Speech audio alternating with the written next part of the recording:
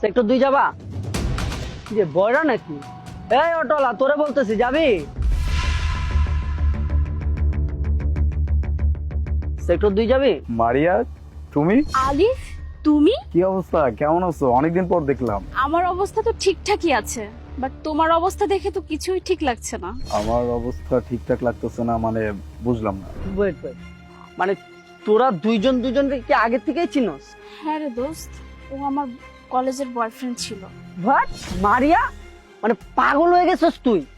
এই সামান্য অটোওয়ালা তোর তোর কলেজ লাইফের বয়ফ্রেন্ড ছিল? থ্যাঙ্কস গড যে তুই মানে স্টিল তোর বয়ফ্রেন্ড নাই। স্টিল যদি ও তোর বয়ফ্রেন্ড থাকতো না, তাহলে কিন্তু আমি তোর সাথে ফ্রেন্ডশিপটাই রাখতাম না। ও হ্যালো, কাকে দেখে এসব উল্টাপাল্টা কথা বলতেছেন? আরে বলতেছি বুঝো না ভাই, আমি আবার অটোওয়ালাকে তেল মারতে পারি না, বুঝো নাই? মানে অটোওয়ালা দেখলে আমার রেডি হয়, এই অটো যাবি অমুক জায়গায়, এই মামা যাবি? ভাই আপনি অটোওয়ালাকে দেখে আমার আহে না। আলিফ, এই কাজটা কিন্তু তোমাকে অনেক স্যুট করেছে। এই কাজ করে কি তোমার ফ্যামিলি চলছে? মারিয়া, তোমার কোনো মিস্টেক হচ্ছে, তুমি ভুল বুঝতেছো। হ্যাঁ, আমাদের ভুল হইতেছে। আসলে আমাদেরই ভুল হয়েছে যে আমরা ওরে জিজ্ঞেস করছি যে এই অটো চালায় ওর ফ্যামিলি চলে কিনা। আমাদের নিজেদেরই তো বোঝা উচিত ছিল যে সামান্য অটো চালায় কিভাবে একজনের ফ্যামিলি চলে। এই যে ভাইয়া, আমার সংসার কিভাবে চলে আর কিভাবে চলে না এই চিন্তা পুরোটাই আমার, আপনাদের এত চিন্তা করতে হবে না। আরে ভাই কেন বুঝতেছেন না? মানে চিন্তা আবার কেমনে না করি? শত হইলো আপনি আমার ফ্রেন্ডের এক্স, কলেজ লাইফের এক্স, মানে ওই হিসেবে তো একটা টেনশন ভাই চলে আসে। আচ্ছা শোন দোস্ত, ওকে দেখে আমার ভালোই লাগছে, কারণ আমি যে ডিসিশন নিয়েছিলাম ঠিকই নিয়েছিলাম।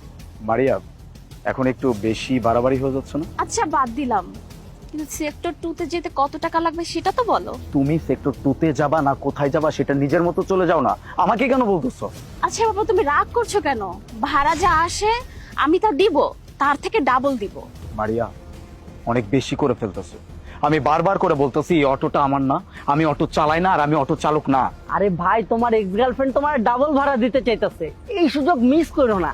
আর বাংলা মুভিতে দেখো না, মানে এখন যদি তুমি ওরে নিয়ে অটোতে যাও, এমনও হইতে পারে যে তোমাদের সেই কলেজ লাইফের পুরনো প্রেমটা আবার নতুন করে জন্ম নিচ্ছে। ওই হ্যালো, তুই এগুলো কি বলতেছিস? একটা কুকুরকে মন দিব, কিন্তু ওর মতো একটা অপদার্থকে কখনোই মন দিব না। এই যে তোমার চোখ নাকি চুলা, কি দেখে কাকে অপদার্থ বলতেছো? ওই থামো, ভালো কাপড় চোপড় পরেছো বলে কি দাম বেড়ে গেছে? অটোওয়ালাই আছো। আমি তোমাকে বারবার করে বলতেছি যে এই অটোটা আমার না, আমি অটো চালাই না, আমি কোনো অটো চালক না, তারপরেও কেন বুঝতেছো না? মারিয়া, আমি তো এবার বুঝতে পারছি, ও তো ঠিকই বলতেছে ভাই। এই অটো তো ওর না, মানে এই অটো কেনার সামর্থ্যই তো ওর নাই। ও দেখ ভাড়ায় নিয়ে আসছে। ভাই, বারবার করে বলার পরেও কি আপনারা বুঝতেছেন না?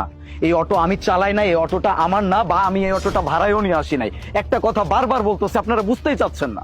এইবার আমি পারফেক্টলি বুঝছি, এইবার যেটা বুঝছি এটা মিস হইব না। মানে ও অটোটা কোথা থেকে মাইরা দিছে মামা। হ্যাঁ তুই ঠিকই বলেছিস, কলেজ আর চুরি চামারির স্বভাব ছিল।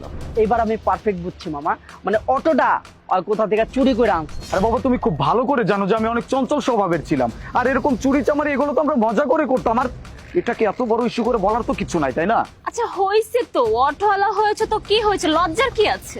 আমি না বুঝতেছি না, তোমরা কি বাংলা কথা বুঝো না? বারবার করে বলতেছি এই অটো আমার না, এই অটো আমি ভাড়ায় আনি নাই, এই অটো আমার না রে ভাই, আমি কেন বুঝাইতে পারতেছি না তোমাদেরকে? মামা এইবার আমি বুঝছি, মানে এই অটোটা হয় ভাড়াও লয় নাই, এই অটোটা হয় চুরিও করে নাই, ওই এই জায়গায় দাঁড়ায় এই অটোটা পাহারা দিতাছে, যেটা একটা অটো চালকের তো খারাপ ভাই। খারাপ? খারাপ মানে এখানে খারাপের কি আছে? খারাপ তো খারাপই, তোমার অবস্থানও খারাপ, তোমার কাজও খারাপ। আচ্ছা, ছোট কাজ মানেই খারাপ? এই ছোট কাজগুলোর জন্য না খুব সুন্দরভাবে জীবনটা লিড করতে পারতেছো। এই যে এরকম অটো চালকরা অটো চালায় বলেই খুব সুন্দরভাবে এক জায়গা থেকে আরেক জায়গায় যাইতে পারো, আর এই ছোট কাজগুলোকে খারাপ বলতেছো? আরে স্যার ম্যাডাম, আপনারা কোথায় যাবেন? স্যার আপনি কোথায় যাবেন? Sector 2 SS enterprise. আরে বাহ, তুমি এসএস এন্টারপ্রাইজে যাবে?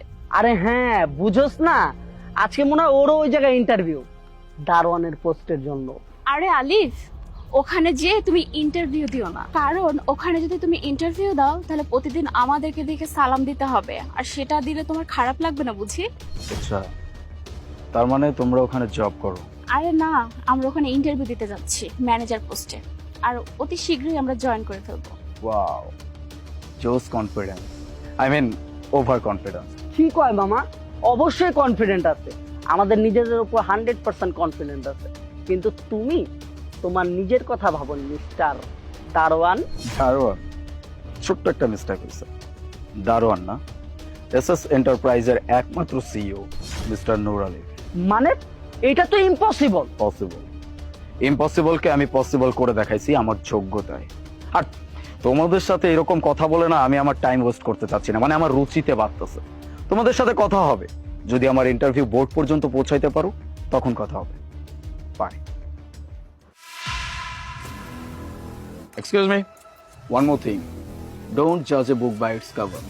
Goat it? আমরা চলো।